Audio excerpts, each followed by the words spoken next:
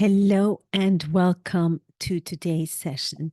Today, I'd like to talk about creating irresistible wellness offerings and how market studies fall short. It's another controversial one. And the question, or rather the curveball I want to throw out there is, how useful are market studies when it comes to creating the right, most profitable wellness offering for our particular property? Now, what I would like to clarify before I dive into the subject, I'm not saying that market studies aren't useful. I am not saying that we should not be doing market studies or looking into data. What I'm saying is, are they really that useful when we're talking about creating irresistible offerings for our guests, and specifically irresistible wellness offerings? Now, while I was preparing for today's session, I was thinking about all the myths I have seen in the industry around market studies and creating that wow wellness concept. The first myth is that the more detailed the market study, the better it is. So the more it has the entire kitchen sink of wellness, how big the industry, where we think it's going to be, the size of each of the different subsegments of wellness, the most trendy and most in wellness retreats and treatments, the more detailed, the more detail we have and the more data we have, then that is incredibly valuable.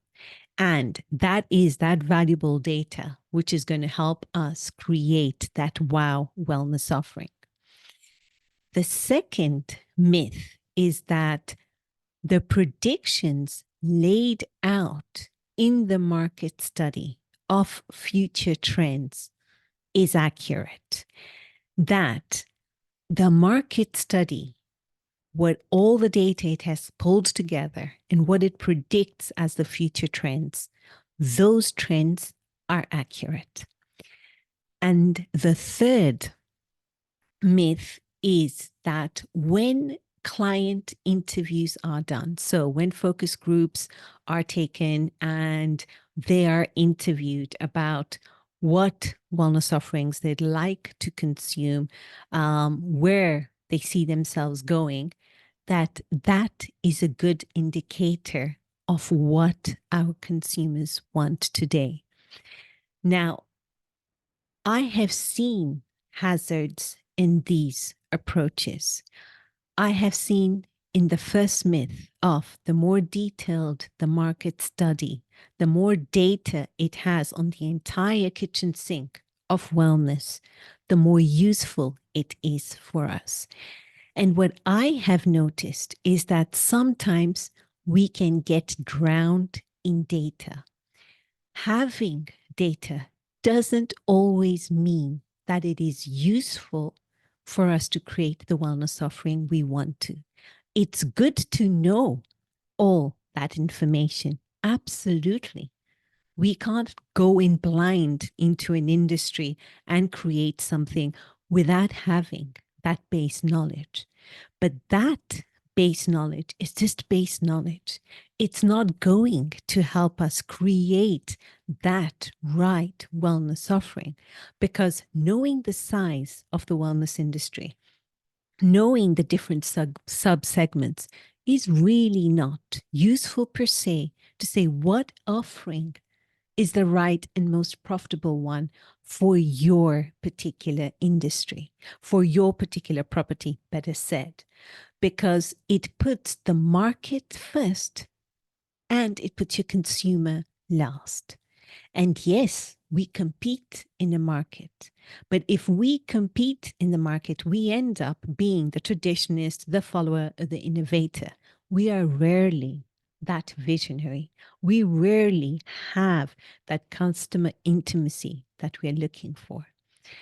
And when talking about the second myth, about predictions, about future trends, now I'm not saying that some of these trends do not end up turning out or panning out to becoming a reality. What I am saying is that predictions are precisely that. They are predictions. They're not inaccurate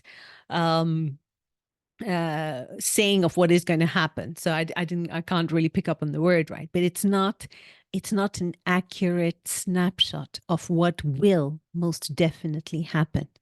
There are predictions, and it's good to know where the market is headed, but that's just data. We don't always need to do anything about it. And the third myth of when we are working or interviewing our ideal guest and understanding their needs and what they want, I like going back to Henry Ford's quote on if I had asked my customers what they wanted, they would have said faster horses.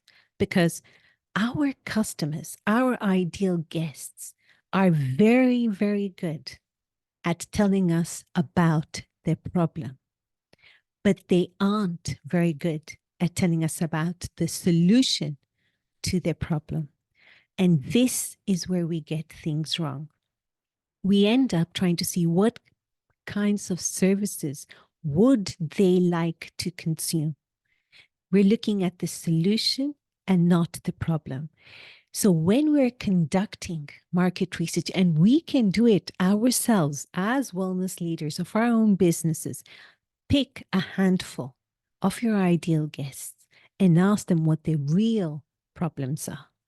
Don't ask them for what solutions they are looking for the problems. That's where us as wellness leaders, we have to come up with the solutions. There is where we can get incredibly creative. But the problem is we end up seeing that what is the best toy out there, and we actually hinge the uniqueness, the distinctiveness of our offering on a what? On a therapy, on a facility, on a wellness guru, but never on the solution it provides to our ideal guests' problem, well-being related problem. Now, I encourage when we are creating our right most profitable wellness asset is to keep the customer front and center in the whole scenario, in the whole process. It's understanding, if we could just think it's a line with 3 points. Point A, where the customer is today. So let me rephrase customer, where our ideal guest is today in relation to the problem. And point B is where they need to be in order to consume our services, in order to understand that we could help them solve their problem.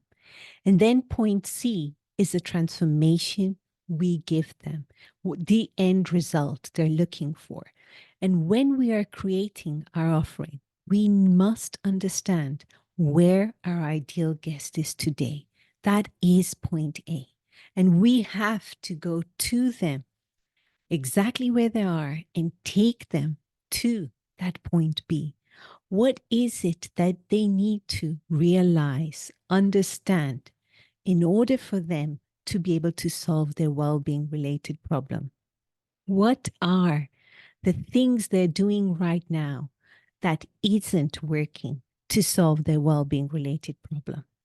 So it's really fundamentally, when we're taking them from point A to point B, it's that mindset shift that we want them to go through. We want them to understand about their well-being related problem and the actions they have been taking and why those well-being related problems have been persisting. Then once they are at that point B, we then are able, they're going to come in our doors, they're going to consume our services, and we'll know exactly how to take them to that point C. And when we have that level of clarity, that level of intimacy with our ideal guest, we are better equipped to create that irresistible offering for our ideal guest? What is it that truly solves their well-being related problem? Because ultimately, our guests do not come to buy a treatment, product, or service. They come to us to solve a well-being related problem. And it's our job to solve that, not to sell treatments, products, and services.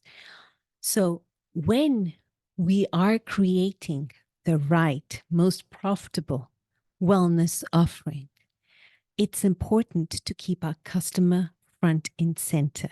Now, that does not mean we keep the market front and center.